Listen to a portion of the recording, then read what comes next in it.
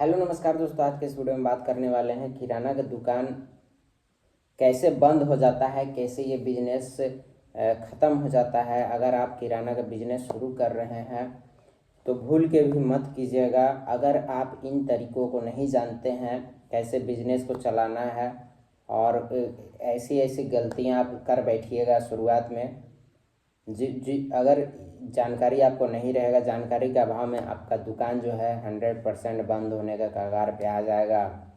मैं आपको कुछ ऐसे पॉइंट्स बताऊंगा दोस्तों जो कि अधिकतर लोग गलती करते हैं। जैसे 100 लोग दुकान खोले और 30 लोग जो हैं दुकान को बंद कर देते हैं।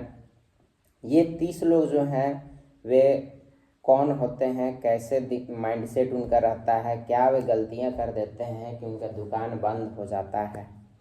इसी टॉपिक पे आज बात करने वाले हैं। वीडियो बहुत ही इम्पोर्टेंट है दोस्तों। अगर आप भी किराने बिजनेस के विषय में सोच रहे हैं तो बहुत ही अहम जानकारी दूंगा और आपका कुछ समय लगेगा और कुछ नहीं लगने वाला है और आपको जीवन भर का सीख मिल जाएगा। तो वीडियो में इन तक बने रहिएगा। पहला पॉइंट है दोस्तों, गलती जो करते हैं लोग, जैसे नया दुकान स्टार्ट किया है ना, और वे ऐसे ऐसे आइटम्स ले लाएंगे, ऐसे ऐसे सामान ले लाएंगे जो कि किराना दुकान में बहुत दिनों बाद बिकता है, मतलब जल्दी जल्दी में उसका रनिंग नहीं है। ठीक है, तो ऐसा अगर सामान आप ले लाते हैं मार्केट से तो ऐसा सामान आपको बेचने में परेशानी होगा, वो बिकेगा नहीं, आपका पैसा अटका हुआ रहेगा, आपका रनिंग करने में दिक्कत होगा। अगर आप कम पूंजी से स्टार्ट कर रहे हैं तो आप सोच समझ के ही सामान का लिस्ट बनाइए। जो जो रनिंग आइटम है वो सब आप लिस्ट बनाइए कि ये आइटम ज़रूरी है तो इसे लाना है। उसके बाद कस्टमर जैसा डिमांड कर रहा है, आपके एरिया में जैसा कस्टमर है उस अकॉर्डिंग सामान भरने का प्रयास कीजिए। मेरे कहने का मतलब ये है कि एकदम से आपको अचानक से अंदाजी सामान नहीं लाना है, फालतू आइटम आपको नहीं रखना है। दूसरा नंबर पे है दोस्तों, आपको सामान को निकालना होगा। जैसे भारी क्वांटिटी में आप अगर सामान ले ला रहे हैं, जैसे साबुन का कोई वैरायटी है, नया नया साबुन है तो नया कंपनी का साबुन आप मान के चलिए ज़्यादा बल्क में उठा लिए, ठीक है, और जो रनिंग वाला साबुन है उसे आप बल्क में नहीं उठाए, तो ऐसे कंडीशन में क्या होगा कि आपका माल अटक जाएगा, आपका पैसा अटका हुआ रहेगा और वो एक्सपायर भी हो सकता है। और किराना की दुकान में बहुत सारा ऐसा सामान भी है जैसे कि सूजी हो गया, मैदा हो गया, ये सब बहुत जल्दी ख़राब होता है। ठीक है, कीड़ा वगैरह लग जाएगा, ये बिकेगा नहीं। और भी बहुत सारा प्रोडक्ट है जो एक्सपायर होता है। तो ऐसा ऐसा प्रोडक्ट आपको कम क्वांटिटी में ही रखना है जो जल्दी ख़राब होता है, ठीक है, और जो जल्दी एक्सपायर होता है वो सब आपको कम क्वांटिटी में रखना है। आपका दुकान जो है वो रनिंग रहना चाहिए, साफ़ रहना चाहिए, मतलब साफ़ सुथरा वहाँ पे माल रहना चाहिए। मतलब गंदगी माल नहीं रहना चाहिए, एक्सपायरी माल नहीं रहना चाहिए। अगर वैसा माल आप किसी कस्टमर को बेचते हैं तो वो कस्टमर दोबारा आपके दुकान में नहीं आएगा और 10 लोगों को ये भी बोल देगा कि वहाँ पे एक्सपायरी माल मिलता है, वहाँ पे मत जाना। तो ऐसे में आपका बिजनेस जो है वो बंद करने के कगार पे आ सकता है। दोस्तों यहाँ पे नेक्स्ट पॉइंट आता है कि उधार। नया दुकानदार जो गलती करते हैं, क्या करते हैं कि उधार दे देते हैं। जिसे नहीं जान रहे, नहीं उस आदमी का समझ है कि वो आदमी आपको पैसा देगा या नहीं देगा, वैसे आदमी को भी आप उधार दे देता है। और कस्टमर जो है वो नया दुकान में जाता है, वो उधारी वहाँ से मांगेगा ही मांगेगा। ऐसा कस्टमर का नेचर रहता है, मैं जानता हूँ, इसलिए आपको बता पा रहा हूँ कि ऐसा नेचर रहता है कि नया दुकान में फोकस करेंगे, वहाँ पे जाएंगे, एक दो बार सामान लेंगे, तीसरा बार बोलेंगे कि उधार चाहिए, उधार आप दे दीजिएगा, 9 2 11 हो जाएंगे। तो उधार से आपको बचना है। उधार में अगर पड़ जाइएगा आपका पूंजी कम कम हो जाएगा, आपको समझ में नहीं आएगा बिजनेस, और स्थिति ये हो जाएगा कि आपको दुकान बंद करना पड़ेगा। तो आप उधार दीजिए, मैं ये नहीं बोल रहा कि उधार नहीं दीजिए, लेकिन आप देखिए कि कौन आदमी कैसा है, उधार आपका जो लिया है वो दे पाएगा या नहीं देगा या नहीं, या आपका उधार ख़त्म कर देगा, पैसा खा जाएगा। ऐसा पर्सन को आपको नहीं देना है। आप अपने से सोच समझ के उधार दीजिएगा। नेक्स्ट पॉइंट है कि दुकान में सामान का अवेलेबल नहीं रह पाना। ये भी पॉइंट आप नोट कर लीजिएगा। जो भी दुकान खोलते हैं राशन का, तो उसमें क्या होता है, कस्टमर का माइंड सेट रहता है कि यहाँ इस दुकान पे मुझे सारा सामान मिल जाएगा एक ही दुकान में, एक ही छत के नीचे। तो ऐसे दुकान में कस्टमर विजिट करना पसंद करते हैं। और अगर आप दुकान खोल रहे हैं, नया दुकान खोल रहे हैं, तो अगर आपका पास सारा मेल नहीं है, सारा मेल का आइटम नहीं है, तो फिर कस्टमर आपका ख़राब होगा। मैं ये नहीं बोल रहा हूँ कि तुरंत आपके पास सारा मेल हो जाएगा, समय लगेगा, 1 महीना आपको समझने में समय लगेगा कौन कौन सा आइटम का डिमांड रहता है, ठीक है, कौन सा आइटम रखना है, कौन कौन सा आइटम बिकेगा। तो जो बेसिक आइटम है वो सब तो आपको रखना ही होगा। ऐसा नहीं कि कोई चावल मांग रहा है, चीनी मांग रहा है, तो चीनी आपके पास अवेलेबल नहीं, तो वो सब सिस्टम आपको बनाना होगा, वो सब आपको पहले दिमाग में रखना होगा कि कैसे मेरे दुकान में सारा सामान अवेलेबल हो सके, कैसे मैं कर सकता हूँ या नहीं कर सकता हूँ। मैं बोलूँगा दोस्तों, एक्सपीरियंस कर लीजिए पहले किसी भी दुकान में रह करके, उसके बाद ही बिजनेस को कीजिएगा तो आप सक्सेसफुल हो सकते हैं। नेक्स्ट पॉइंट है दोस्तों लोकल माल।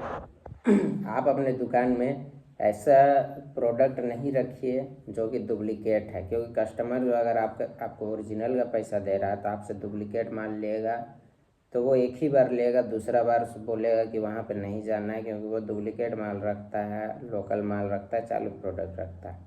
ऐसा में आपका कस्टमर बिगड़ेगा, और एक बार कस्टमर बिगड़ गया तो फिर बनाना बहुत मुश्किल हो जाता है, और ऐसे कंडीशन में आपका दुकान बंद होने का कगार पे पहुंच जाएगा। ब्रांडेड प्रोडक्ट रखिए, लोकल प्रोडक्ट भी रखिए, जैसा डिमांड है उस अकॉर्डिंग आप रखिए। आपके लोकेशन में जैसे लोग रहते हैं, जैसे कि सर्विस वाले लोग रहते हैं, तो वे सब थोड़ा स्टैंडर्ड सामान ही पसंद करते हैं, तो वे उस हिसाब से आपको सामान रखना होगा।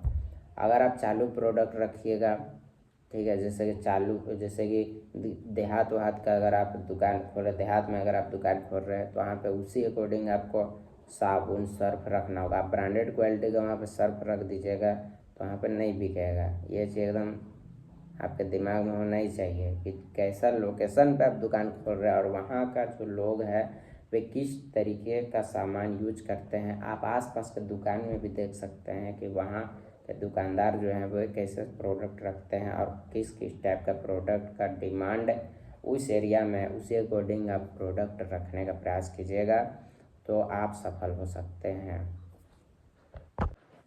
यहाँ पे नेक्स्ट पॉइंट आता है दोस्तों कि राशन की दुकान में आप समय देने के लिए सक्षम है या नहीं, ये भी पहले डिसाइड कर लीजिएगा, क्योंकि खोलने के बाद कोई भी चारा नहीं रहेगा। संडे मंडे तो कुछ होता ही नहीं है। सुबह खोलना पड़ेगा आपको दुकान, 7 बजे ही आपको दुकान खोल देना पड़ेगा, क्योंकि सुबह से ही लोगों को ज़रूरत होने लगता है राशन का। चाय बनाना है, चीनी घट गया, चाय पत्ती घट गया, ब्रश घट गया, कोलगेट घट गया, जीवी घट गया, ETC। तो इन सब चीज़ों के लिए आपको दुकान जो है वो नियमित रूप से खोलना होगा। सुबह 6 बजे खोल के आप रात के 8 बजे 9 बजे आप देख लीजिएगा अपने एरिया के हिसाब से, तो उसी टाइम में आपको बंद करना होगा। तो आपको एक फिक्स टाइम निर्धारित करना होगा जिससे कि कस्टमर को पता रहे कि ये दुकान इतने बजे खुलती है, इतने बजे बंद हो जाती है।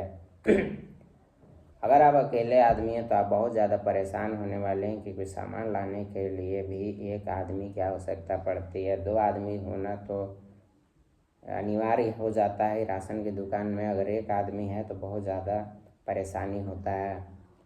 तो इन सभी बातों का ध्यान रख के ही आप दुकान खोलिएगा, अन्यथा खोलने के बाद कोई भी चारा नहीं रहेगा। आप सोचिएगा कि मैं छुट्टी लेकर के यहाँ चल जाऊँ, तो ऐसा में आपका कस्टमर बिगड़ जाएगा। आपका जो भी कस्टमर है वो अगर दूसरा दुकान चल गया, दूसरा दुकान वाले तुरंत उन्हें बहका देंगे कि आप कहाँ से सामान लेते हैं। वो बोलेगा यहाँ से लेते हैं, वहाँ से मत लीजिएगा, वहाँ पे 40 रुपये, वहाँ पे 45 रुपये चीनी देता है तो हम 40 रुपये आपको चीनी देंगे। ऐसा करके एक दो बार वो कम दाम में सामान दे देगा। उसके बाद कस्टमर जो है वही दुकान पे फिर से जाएगा, वो सोचेगा कि यहाँ पर ज़्यादा रेट लेता है। ऐसा करके दुकानदार जो है वही आपके कस्टमर को बिगाड़ देंगे। नेक्स्ट पॉइंट है दोस्तों कस्टमर से बोलने का तरीका, आपका व्यवहार। बहुत ही अहम पॉइंट है, बहुत ही महत्वपूर्ण पॉइंट है दोस्तों, क्योंकि जो कस्टमर जहाँ पे पहले से ही मतलब कि टिका हुआ है चीज़ दुकान पे, तो आप गौर कीजिएगा कि वो दुकानदार भी कस्टमर से बहुत अच्छा तालमेल बना कर रखा होगा, तभी वो टिका हुआ है। अगर आप अच्छे से कस्टमर से बात कीजिएगा, ठीक है, अच्छा व्यवहार आप बना के रखिएगा, तो कस्टमर आपके पास दोबारा लौट के आएंगे। मार्केट में दुकान का कमी नहीं रहेगा, ठीक है, राशन का दुकान पहले से बहुत ज़्यादा रहेंगे, क्योंकि कंपटीशन बहुत है इस फील्ड में। तो आप दुकान खोलेगा तो आप नया दुकानदार नहीं है, आपका कंपटीशन करने के लिए बहुत से लोग पहले से ही बैठे हुए हैं। तो अगर आप रूडली व्यवहार करते हैं किसी भी कस्टमर से, तो वो कस्टमर आपके पास क्यों आएगा, वो दूसरा दुकानदार के पास चल जाएगा। ठीक है, मैं देखा हूँ ये चीज़ बहुत इम्पोर्टेंट है, इसलिए मैं पहले बता दिया आपको। तो आपको कस्टमर से बहुत अच्छा व्यवहार बना के रखना है, हंसी मजाक करते हुए कस्टमर से बात करना है। कोई सामान में अगर आपको कम प्रॉफिट हो रहा है और कस्टमर उसे मांग रहा है तो भी आपको देना पड़ेगा। दूसरा सामान में आप मैनेज कर सकते हैं। तो इस तरीके से तालमेल बिठाना आपको आना चाहिए। ऐसा नहीं कि रूडली आप व्यवहार कर रहे हैं तो वो फिर आपका कस्टमर एक बार गया तो फिर नहीं आएगा, और ऐसे में आपका दुकान बंद हो जाएगा। नेक्स्ट पॉइंट है दोस्तों कि आपको अपने दुकान में साफ़ सफाई का विशेष ध्यान रखना होगा। ऐसा नहीं कि आप साफ़ सुथरा नहीं रहते हैं, आप खुद ही साफ़ सुथरा नहीं रहते तो आप दुकान को साफ़ सुथरा क्या रखें। तो दोनों का साफ़ सुथरा रहना ज़रूरी है। आपको भी साफ़ सफाई का विशेष ध्यान देना होगा, और जो आपका सामान है उसे भी साफ़ सफाई बना के रखना होगा। आप पोंछते उछते रहिए। जो भी आपका जैसे तेल का पाउच है, कोई बोतल है, कोई हॉर्लिक्स का डब्बा है, तो वो सब अगर गंदा बैठ गया है, धूल उड़ते रहता है, ठीक है, तो धूल उड़ रहा है आपके प्रोडक्ट में बैठ रहा है, तो उसे आप साफ़ करिए। एक कपड़ा रख लीजिए, आप साफ़ करते रहिए। जब भी आपको खाली समय मिला आप साफ़ सुथरा बना के रखिए, साफ़ सफाई का बना के रखिए। जैसे सुबह शाम डेली आप झाड़ू लगाइए, साफ़ सफाई कीजिए। और सामान जो खराब होने वाला है, ऐसे सामान को आप पहले बेचने का प्रयास कीजिए। जो नया सामान ला रहे हैं उसे आप रखिए, और जो पुराना सामान है उसे आप बेचिए, निकालिए। ऐसा करके आपको साफ़ सफाई का विशेष ध्यान बना के रखना होगा। अगर साफ़ सफाई नहीं रहेगा तो कस्टमर आपके दुकान में विजिट नहीं करेंगे और आपका दुकान बंद पड़ सकता है। नेक्स्ट पॉइंट है दोस्तों सामान का उचित मूल्य लेना। जो भी प्रोडक्ट है उसे आप कस्टमर को दे रहे हैं तो उसका जो उचित मूल्य है, तो ये दाम आपको कैसे पता करना है कि मार्केट में कौन सा प्रोडक्ट का कितना दाम। तो आपको घूमना होगा मार्केट, आपको देखना होगा, या फिर आपके जो घर परिवार का आदमी है उससे भी आप जानकारी मंगवाइए। आप अगर जाइएगा दुकान खोल, पहले तो आप दुकान खोल लिए और जाइएगा किसी दुकानदार के पास पूछना, तो वो तो आपको सही जानकारी नहीं दे सकता, हो सकता है गलत जानकारी दे दे। तो ऐसे में आप अपने परिवार के किसी सदस्य या भाई मित्र को आप बोलिए कि दूसरा दुकान में जा कर के पता करो कि इस सामान का क्या प्राइस है। ऐसा करके आप जो उचित मूल्य है सामान का वो प्राप्त कर सकते हैं, और कस्टमर को वही प्राइस बताइए। उदाहरण के तौर पे मैं बता रहा हूँ, मैं भी राशन का दुकान करता हूँ। चीनी का मूल्य होता है 45 रुपया, लेकिन बाज़ार में चीनी जो है वो 40 रुपये प्रति केजी के हिसाब से भी बेच दिया जाता है। तो आप बोलिएगा कि इसमें तो दुकानदार का लॉस हो रहा है। जी नहीं, लॉस नहीं होगा। चीनी के साथ और भी आइटम वे खरीदते हैं, तो एक ही प्रोडक्ट थोड़ी ना खरीद रहा है। चीनी खरीद रहा है तो तेल भी खरीद रहा है, उसके साथ साथ दाल भी खरीद रहा है, मसाला भी खरीद रहा है। तो वो सब में वो कमा रहा है, इसमें नहीं कमा रहा है। इसमें 5 रुपये घाटा से ही बेच दे रहा है। कस्टमर उसका पकड़ा गया है। ये कस्टमर का भी दिमाग में है कि 5 रुपये कम वहाँ पे चीनी मिलता है तो वहीं पे जाएंगे। तो इस हिसाब से दुकान हम लोग के साइड में मतलब कि ख़राब है मार्केट। इसी टाइप से अगर कोई 45 रुपये वहाँ पे चीनी बेच रहा है तो उसका दुकान नहीं चलेगा। समझ लीजिए 5 रुपये में बहुत फ़र्क पड़ जाता है। तो कभी आपको ध्यान रखना होगा कि मार्केट में कौन सा प्रोडक्ट कितना का बिक रहा है, और उतना ही दाम में आपको भी बेचना है। ज़्यादा पैसा नहीं लेना है कस्टमर से। अगर आप ज़्यादा पैसा ले लीजिएगा तो एक बार तो आएगा आपके दुकान में, लेकिन दूसरा बार भूलेगा भी नहीं। तो ऐसे में आपका बिजनेस जो है वो बंद पड़ सकता है। आई होप आपको ये मेरा जानकारी जो है पसंद आया होगा। अगर मेरा जानकारी आपको पसंद आया तो वीडियो को लाइक कीजिएगा, चैनल सब्सक्राइब कीजिएगा। Thank you so much watching this video. चलिए मिलते हैं नेक्स्ट वीडियो में, तब तक के लिए बाय, जय हिंद।